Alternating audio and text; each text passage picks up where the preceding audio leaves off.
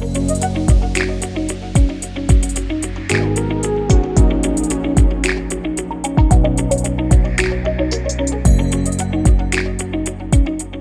mid-20s to early 30s, we can even see some decreases in collagen production. Quarterly, I try to do something collagen stimulating. I think she's 24 maybe, and she's like, do I need Botox? What are you getting it for? And she's like, well, all my friends are getting Botox.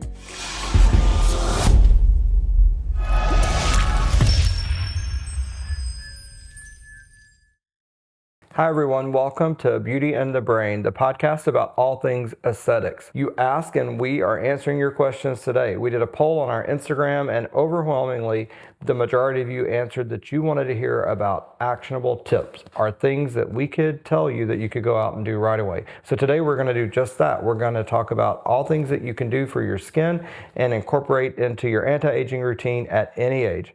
I'm your co-host, Dr. Croley. I'm Jerry Drinkard, a family nurse practitioner, and we're joined today by Allie Ballew. Allie's a part of our team at Skin and Tonic.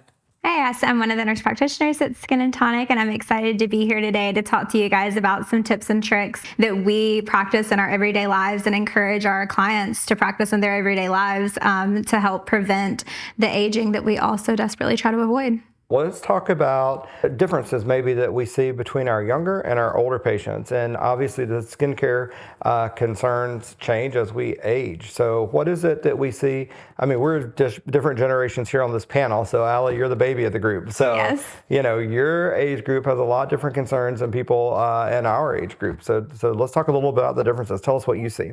So I think a lot of our older clients are concerned with, their issues with laxity, wrinkles, things like that. And then the younger generation is more concerned with, what areas they can put more volume into, whether it's their lips, their cheeks, or if they're struggling with acne, then they're going to be way more on top of their skincare game, I think, than people who are genetically blessed to not have to struggle with acne and things like that. So I also think social media, we have probably the most educated young generation coming up that has ever existed. And so especially your generation, you guys have had access to social media now for years, and we didn't have that. We had access to our moms who were laying out on the beach in baby oil and iodine. How do you feel that social media has impacted what you've done with your skin? I think it's great because I think, you can go, it's twofold, I guess. It's great because you can go on there and see, what's worked for other people, product reviews. I'm a sucker for a product review TikTok. I know what I use for my skincare. I'm not changing it because it works for me. And I will sit there and watch it for hours regardless. And so I think it's great that people, are open with their skincare routines, open about, what products they use, what makeup they use, what treatments they're getting. I think that's a big thing too, because it used to be more taboo than it is now. Now people are saying, yeah, I get my lips done. Yeah, I've gotten filler here. Yeah, I get Botox and I'm 23 years old and I don't care if you think I should or not. I want it and I got it. And I think that's great that people are owning up to that now. And it's not like, oh yeah, I'm just blessed. And then you're comparing yourself to all of these people who are getting all these procedures done and things. And you're like, why don't I look like that? Well, you just have to go to a med spa. So Jerry, what do you think, particularly living in our area, the environmental factors are that impact our skin health and skin aging? I would say number one being sun exposure. I think that's probably something that in the South we all battle. And as a male, I'll say that I think we're probably less likely also to wear sun protectant than females, because most makeup lines now have sun protectant in there. As males, we do have to take that extra step and have that initiative. And so just by nature of who we are, I don't think it was, or for who I am, it was not part of me growing up. I didn't wear sunscreen to start with because I was so concerned about having acne-prone skin. That's a whole different beast in its own, but I felt like anything that I put on was gonna cause me to have a breakout or a flare-up of acne. I'm still very aware of it today. I mean, I'm near 50 and I still have skin that I have to take care of, because if not, I'll have a flare-up. So you're a little more fortunate, but as far as the acne goes, but what about your environmental exposures? Yeah, I mean, so I think clearly when we talk to our patients about environmental exposures, there are a lot of things. So, sun being one of the big factors. So, we know that photo damage and UV damage is definitely one of the big factors in aging. And I really don't change my recommendation on age range for sun protection. So to me, it doesn't matter if you're in your 20s or in your 70s, I'm still recommending sun protection and UV protection, a daily sunscreen in addition to, even if it's in your makeup. Yeah, I think you're exactly right. There's a little more compliance with some of our females because they will put usually some sort of, or a lot of them use some sort of makeup product that may have a little bit in it. We still recommend a sunscreen in addition to that. But for our males, many of them are not putting anything on their face. So for sure, that's been something that I've changed as I've gotten older. I'm much more aware of that.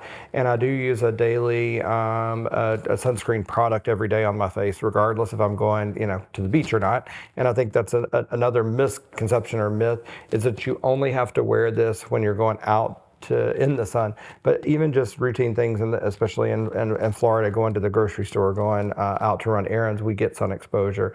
Other environmental things that I actually counsel patients on and talk to them about are going to be smoking. So we know that decreases your collagen production, it decreases your neovascularization, so your skin tone, your skin texture is in addition to all the other harmful chemicals that can be found in cigarette smoke. So we definitely encourage smoking cessation.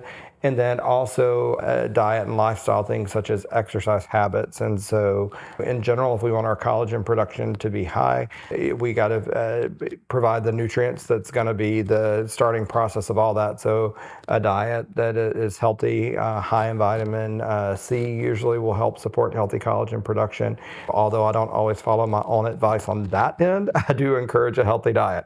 You guys know that my diet consists of chicken tenders and chicken tenders. And one point that we haven't talked about is hydration and how important it is for skin health and for skin cell turnover. And talking about skin cell turnover, I think that kind of leads us into to another part of skincare regimen, and not just sun protectant, but as we age, we have to do something to increase our skin cell turnover because it doesn't happen as frequently. And injured skin cells don't turn over as rapid as healthy skin cells. That's where our cosmeceuticals come into play, and our exfoliants and even treatments that we do at the clinic, such as our hydrodermabrasion and microneedling and those sort of things.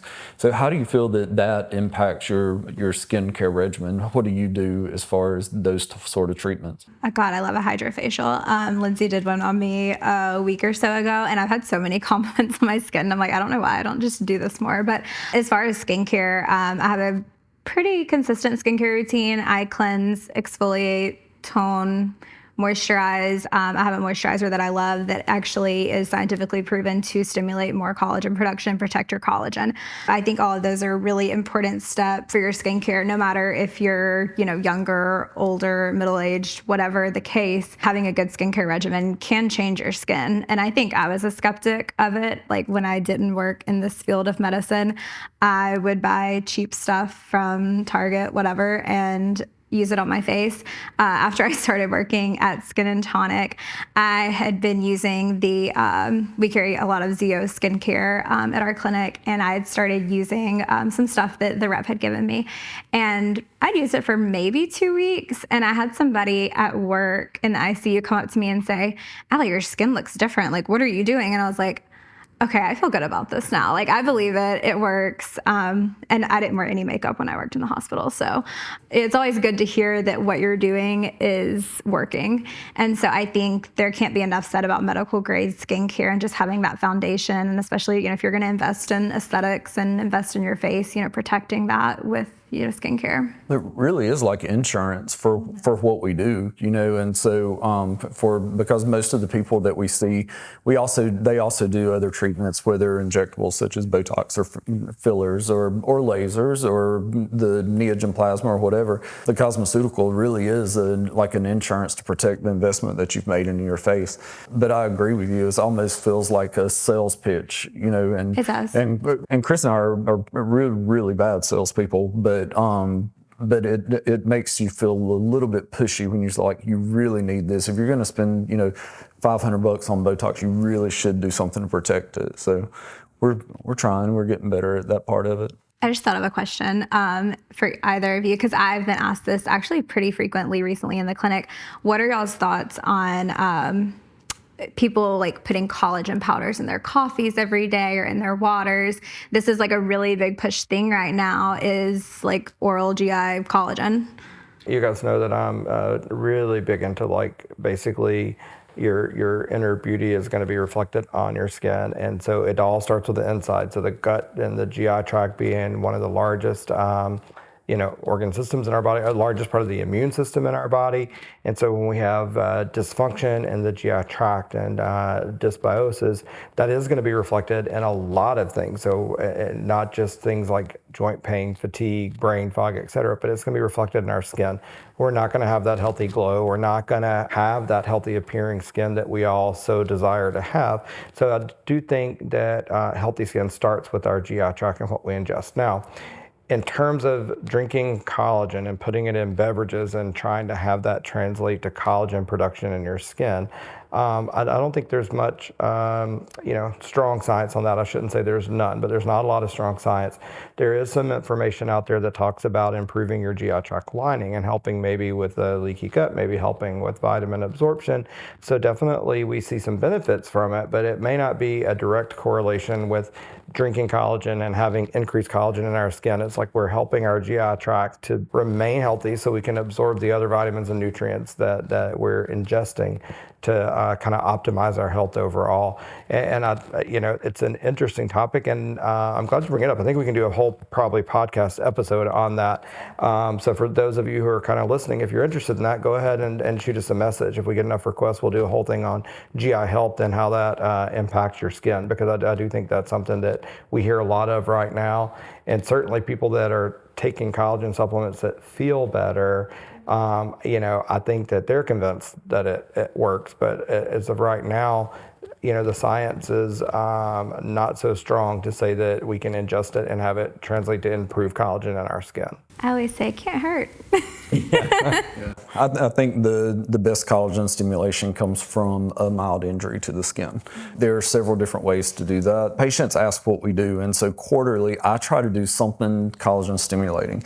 There's an array of things you can do, from as mild as a microdermabrasion or a microneedling or a chemical peel or one of the energy devices, a Neogen or a Neo or an Era. We have radio frequency microneedling. There are so many options out there, but I really think if you're looking for collagen stimulation, you have to have nutrition to support it. You have to have some sort of injury to the skin to promote it, and then a cosmeceutical to support the skin when it starts to regenerate. Yeah, I don't know that you necessarily, I'm going to take a little counter point to that. So I don't know that you necessarily have to injure the skin. I think definitely injury of some sort. So these are controlled injuries that we're doing with all the devices that you just mentioned. So for sure we can create a controlled injury and in the healing process create collagen. But we also, let's not forget about some of the injectables. And, I guess it's an injury in a sense that we're introducing some sort of foreign body, but in the process of our body dissolving that foreign body, it will stimulate collagen. So, whether or not you consider that introduction of the foreign body an injury or not, discount that we have a whole category of injectables that are biostimulants to really help with our collagen induction. So yeah, as Jerry said, you need nutrition for sure. We need good skincare before and after any of the things that we do. We can stimulate this really at any age with our energy-based devices. And I think we've focused mostly on our middle-aged to older age clients with those, but we know now that starting with kind of the younger age, we can have some good results. And that's really where I see incorporation of some of our collagen stimulating injectables more than the laser devices. So Sculptra is a product that I absolutely love and that I love to use, that we have in our practice. And that's a product that we can inject even starting in the 30s, because we know that the collagen production starts dropping in mid-20s to early 30s. We can even see some decreases in collagen production. And as we get older, it's harder to produce collagen, and we're breaking down our collagen at a faster rate. So things that we can do to kind of stimulate collagen production and keep that going, even starting at a young age, I think is important.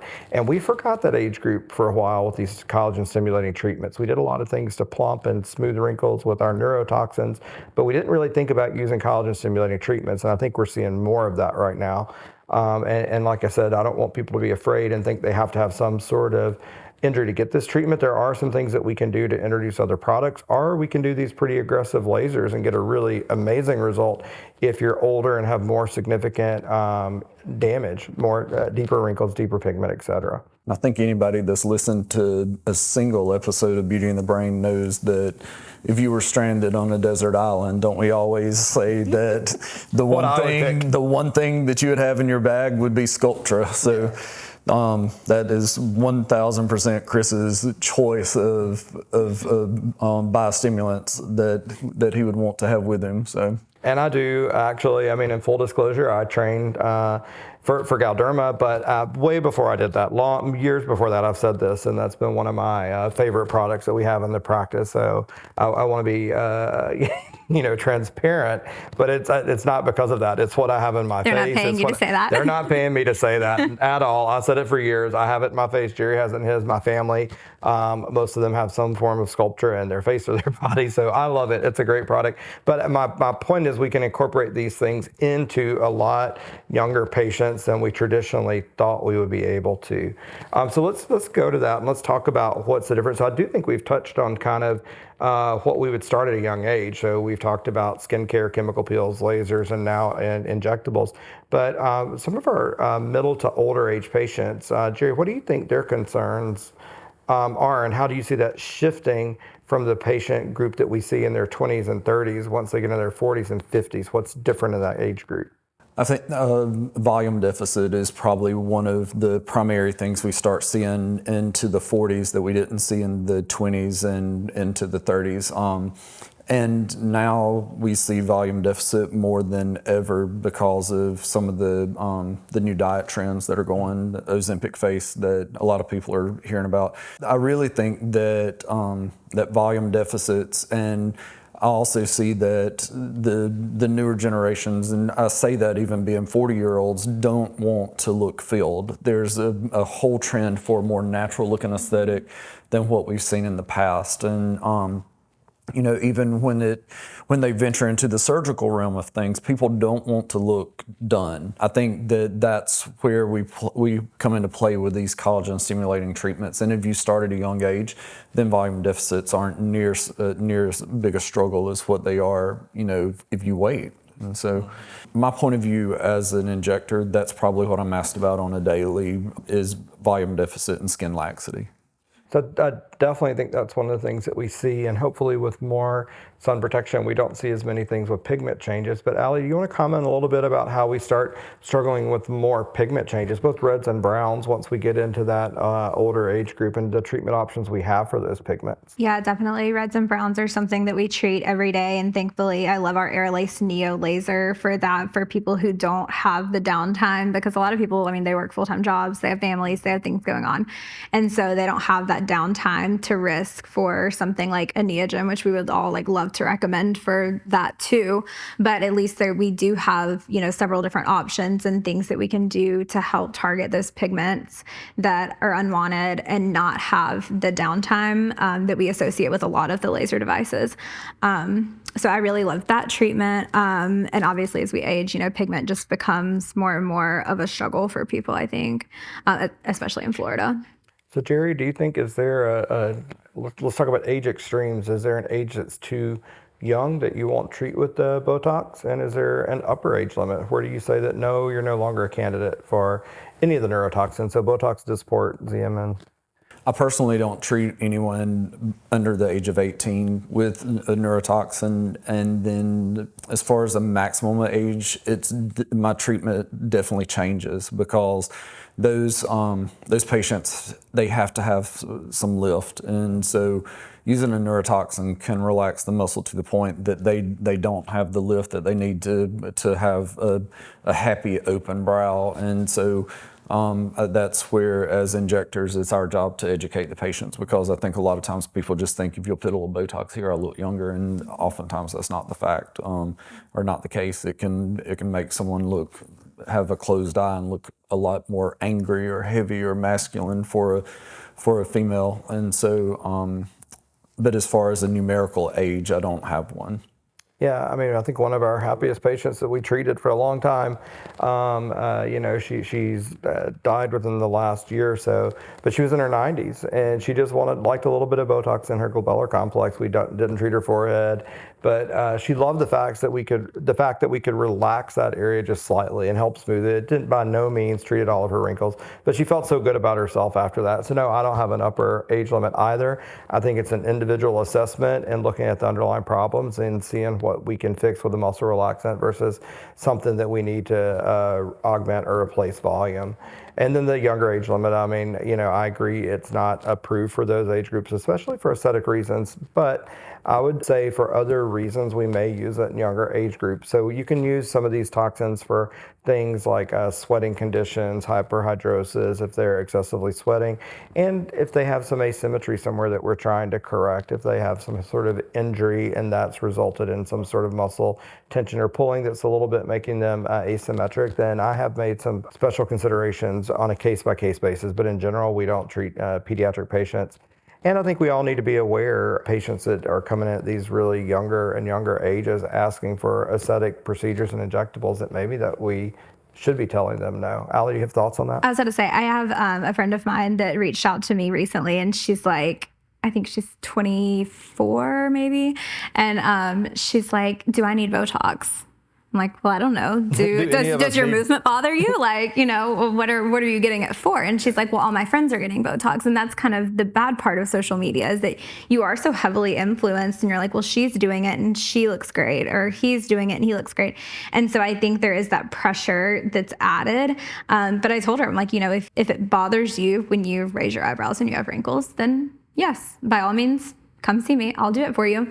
But if it doesn't bother you, don't get it just because your friends are getting it. And so I think that's something that the younger generation is going to struggle with, and there's a big debate on is Botox, is it really preventative?